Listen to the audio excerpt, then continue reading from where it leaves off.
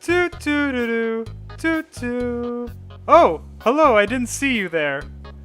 Hello there and welcome to my first YouTube video on my channel. Please, come take a seat. Grab some fancy wine. Plop. And take a sip, babe.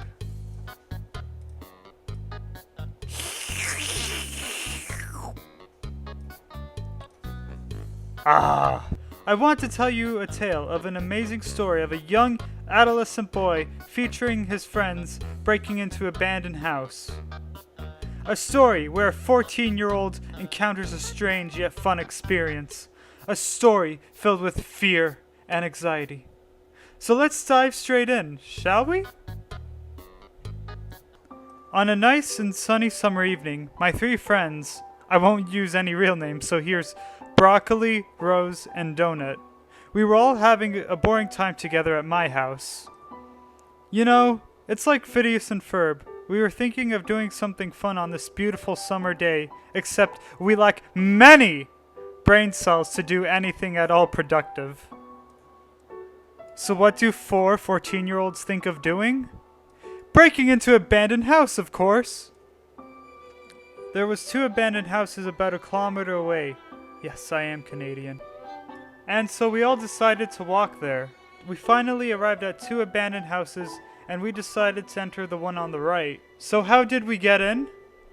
Well, luckily, I packed my trusty wrecking ball, and I smashed that house to death like I was 2013 Miley Cyrus.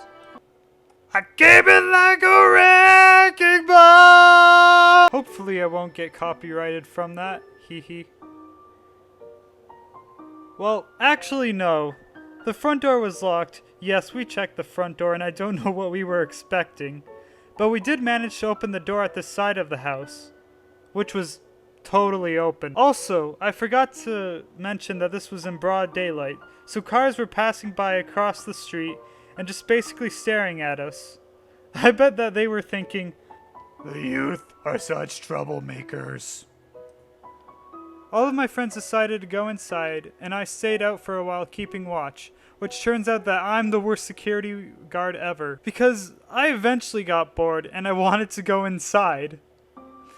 Also, a kid that used to go to my school noticed me, and he yelled something at me, probably not to go in, but you know me. I'm such a rebel, so I did it anyways, of course.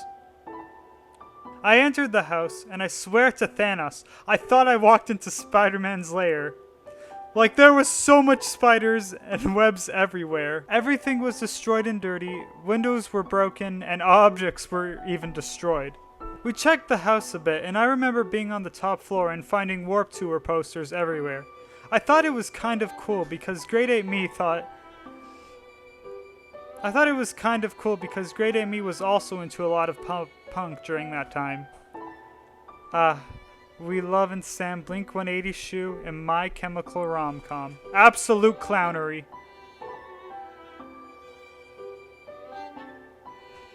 So eventually we went downstairs, and this is where the highlight of our breaking in happened. We heard a knock on the door out of nowhere. FBI, open up! Woo. Hi. Don't worry, guys. I got this. Oh! No, you defeated me! Oh my god, Chris. You saved us. We love you. Yeehaw! And so that's how I saved the whole entire universe and the true ending to Avengers. Just kidding, we heard a knock on the door and all of us stayed silent for the next 10 minutes straight. Rose grabbed the ultimate weapon, a trusty broom of course, and proceeded to walk down to the side door, the door we entered. Rose braced for impact, walking to the door at the side of the house, only to find nothing at all. I still think to this day that it's that kid we saw earlier, or just probably a concerned adult. Or maybe the cops. Anyways, eventually we all got bored, left, and decided to visit the other abandoned house beside it. We had no entry into the house, but we did find some animal skulls on a shelf in their backyard. You know, just casually having animal skulls in your backyard. And did I also mention a huge steel pot thing sealed into the ground? Where it looked like they stored people or animals down there? Skulls in a steel pot? I swear to Keanu Reeves, this person was probably a witch. I can just imagine this witch, just cooking up some humans and bones or something in that huge pot. Delicious. Yo, wait, I have a conspiracy theory. What if that witch was Rose? Like, I mean, she was the one who picked up the broom in the first place at that abandoned house. That is just a conspiracy theory, though.